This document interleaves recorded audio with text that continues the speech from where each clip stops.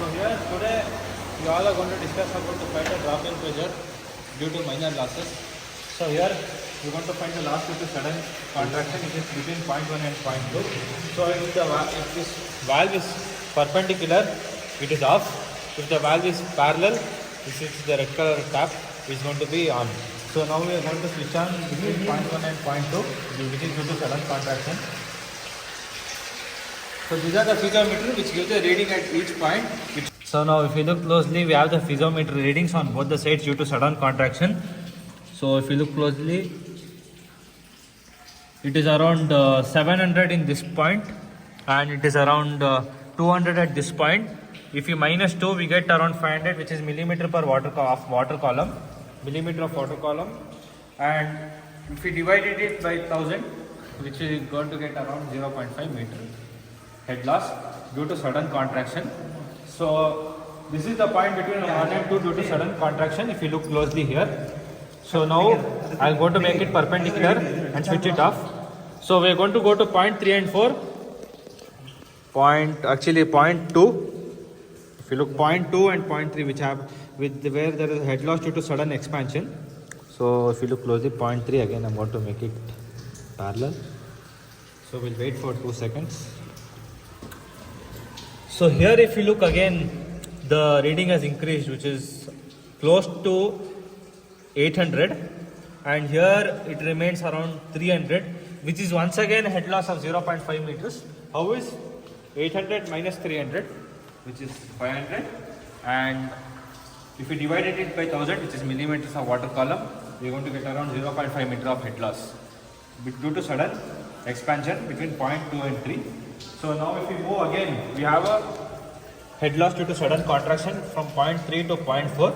So now first let me make the notches perpendicular, and I'm going to switch on point 3 and point 4 here. If you look, it is connected again. If you look closely here, so again we get a reading of 800 here, and here it falls down around 400 if you look closely. So here we have a head loss of 0.4 meters. So again, which I had mentioned earlier, that we divided it by 1000 by subtracting these 2 points head losses at each point to find the head loss due to sudden contraction, and the same goes for expansion and again contraction, which I had explained earlier now. So now moving on, we are going to find the head loss due to bends. So if I am going to switch off the valves of 3, I am going to retain 4 because it's going to be between 0.4 and 5 due to loss of bends. So now I'm going to switch on the 0.5 valve. So 0.4 and 0.5 lost due to sudden bends. The K value here is around 0.03 to 0.04, and the actual K value for a PVC pipe, which ranges around 0.008 to 0.02.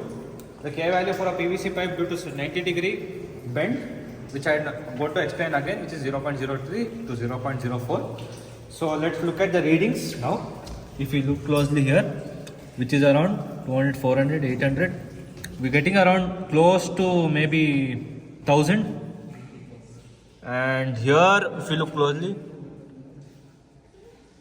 600. So which is around a 0.4 meter of head loss. So if you look closely at the point due to sudden contraction, sudden expansion or loss due to bends, the head losses value almost remains the same.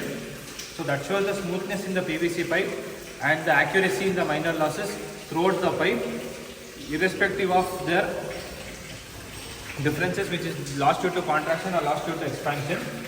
So now the last point again, which is again a loss due to bend, from 0.5 to 0.6. We can do another test to find the accuracy once again.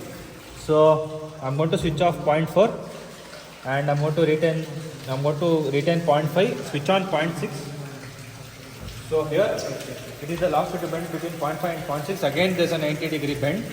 So now let's look at the readings. So see, now you can see the piezometer, it has increased from 600, it's moved to 700 here, and here it's around 500. So which is around a 0.2 meter of head loss between 0.5 and 0.6. Between 0.4 and 0.5 we had a 0.4 meter of head loss. There is a slight difference, but it can be made negligible, and due to minimizing the reasons for minimizing the pipe losses by making the pipe more straight as possible, and to keep the radius of the pipe long even if there is a bend at certain points. We can make it negligible, but we cannot prevent minor losses completely.